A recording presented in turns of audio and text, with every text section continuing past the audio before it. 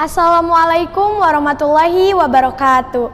Hai teman-teman, perkenalkan nama saya Zaskia Khairunisa, perwakilan dari SMP Negeri 1 Kersamanah.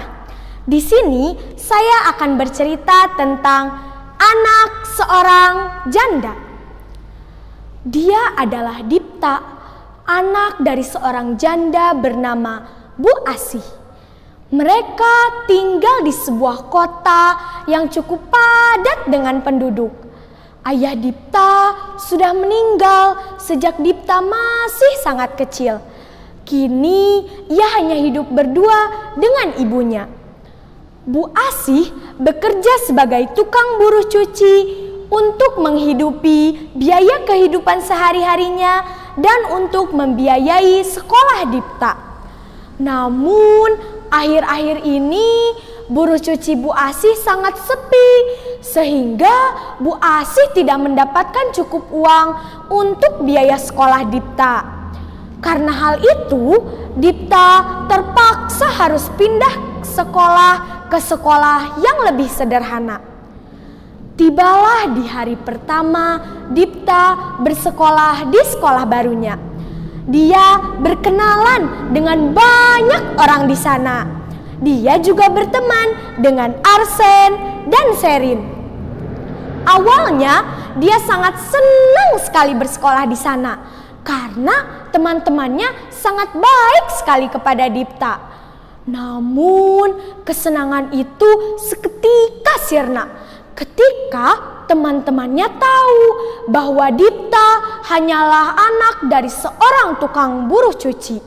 Arsen dan Sherin mulai mengejek dan menjauhi Dipta.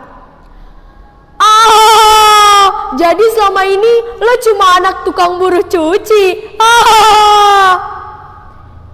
Cih, anak tukang buruh cuci mau gabung sama kita?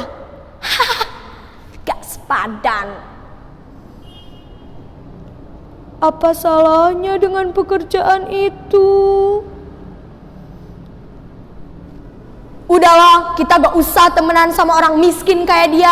Udahlah, kita pergi aja. Dipta yang mendengar hal itu pun sangat sakit hati. Dia tidak menyangka teman-teman yang selama ini ia anggap baik ternyata bisa berbuat seperti itu. Akhirnya bel pulang pun berbunyi. Seluruh siswa bergegas untuk pulang ke rumah. Begitu juga dengan Dipta, ia pun bergegas untuk pulang ke rumah.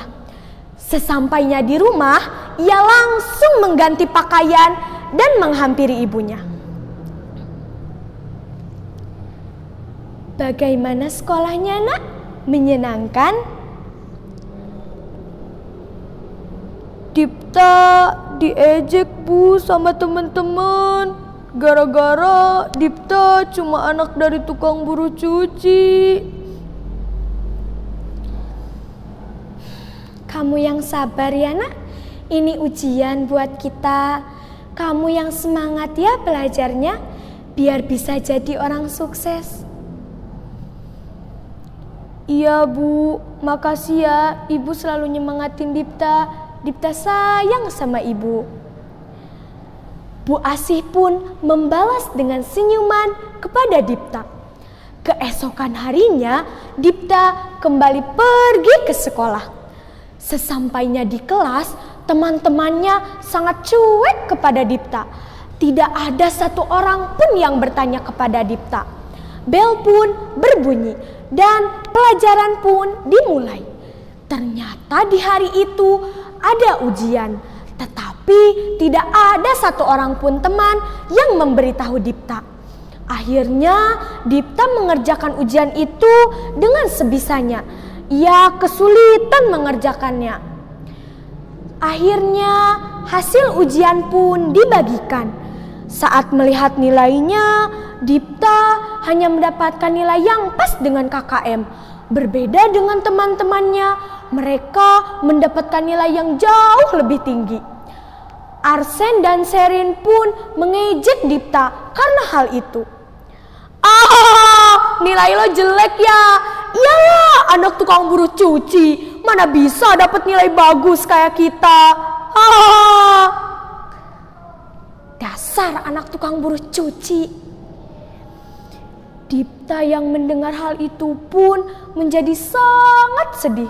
Namun dia hanya bisa diam karena dia sudah lelah dengan semua ini. Pada saat sudah sampai di rumah, Dipta mulai berbicara sendiri. Dia berpikir, apa aku harus putus sekolah aja ya? Aku sudah lelah dengan semua ini. Tapi bagaimana ya dengan impian ibuku? Dia kan mau lihat aku sukses. Aku sangat pusing. Setelah sekian lama, Dipta berpikir dan menggerutu. Akhirnya dia memutuskan untuk tetap bersekolah dan belajar. Hari demi hari berlalu. Dipta terus belajar dan bersekolah. Meskipun terkadang dia lelah, tetapi Bu Asih selalu menyemangati Dipta di saat Dipta sedang belajar. Kamu yang semangat ya nak? Ibu yakin jerih payah Dipta pasti akan membuahkan hasil. Iya Bu, makasih ya Ibu selalu menyemangati Dipta sampai saat ini. Setelah sekian lama Dipta belajar, akhirnya tibalah hari di mana ujian kelulusan. Dipta mengikuti ujian kelulusan tersebut. Tetapi sebelum berangkat ke sekolah, Dipta selalu meminta doa ibunya. Bu, Dipta minta doa ibu ya, hari ini Dipta ada ujian. Semoga perjuangan Dipta selama ini membuahkan hasil ya Bu. Iya Dipta, doa ibu selalu menyertaimu. Ibu yakin Dipta pasti bisa. Iya Bu, Dipta berangkat sekolah dulu ya. Akhirnya Dipta pun berangkat ke sekolah dan mengerjakan ujian itu dengan sangat baik. Setelah ujian selesai, tibalah hari yang sangat ditunggu-tunggu oleh seluruh siswa, yaitu hari kelulusan. Seluruh siswa dipanggil dengan didampingi oleh orang tuanya. Lalu Bu Indah mengumumkan siapa peraih prestasi terbaik di angkatan itu. Nilai terbaik di angkatan ini diraih oleh Dipta Prasetya. Alhamdulillah, jerih payahku selama ini membuahkan hasil. Bu Asih yang berada di dekat Dipta saat itu langsung memeluk Dipta. Tak terbendung rasa bahagia yang dirasakan oleh Bu Asih dan Dipta. Lalu teman-teman Dipta yang sering mengejek Dipta pun sadar. Mereka memberikan ucapan selamat dan meminta maaf kepada Dipta. Selamat ya Dipta, aku minta maaf. Selama ini aku selalu ngejek kamu. Iya, selamat ya Dip. Aku juga minta maaf atas semua kesalahan aku selama ini. Iya, Arsen, Sherin, aku juga udah maafin kalian kok. Semoga kita bisa terus berteman ya, walaupun nanti kita beda sekolah. Setelah kejadian itu, akhirnya mereka pun berteman dengan sangat baik. Pesan moral yang bisa kita ambil dari cerita ini adalah kita tidak boleh mengejek siapapun, harus mengutamakan kerukunan, kedamaian, dan tidak boleh membeda-bedakan dalam memilih teman. Sekian ya cerita kali ini ya teman-teman. Jangan lupa untuk terus rajin membaca, karena membaca adalah jendela dunia. Salam literasi. Wassalamualaikum warahmatullahi wabarakatuh.